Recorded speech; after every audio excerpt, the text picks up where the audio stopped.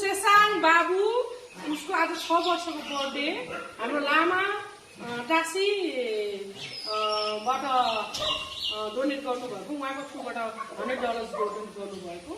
अनि आज उहाँको उपलक्ष्य बाबुको बर्थडेको उपलक्ष्य हुनाले आज हामी यहाँ भएका सबै सेल्टरमा भएका कुकुरहरू 293वटा कुकुर प्लस बाटोमा भएका कुकुरहरू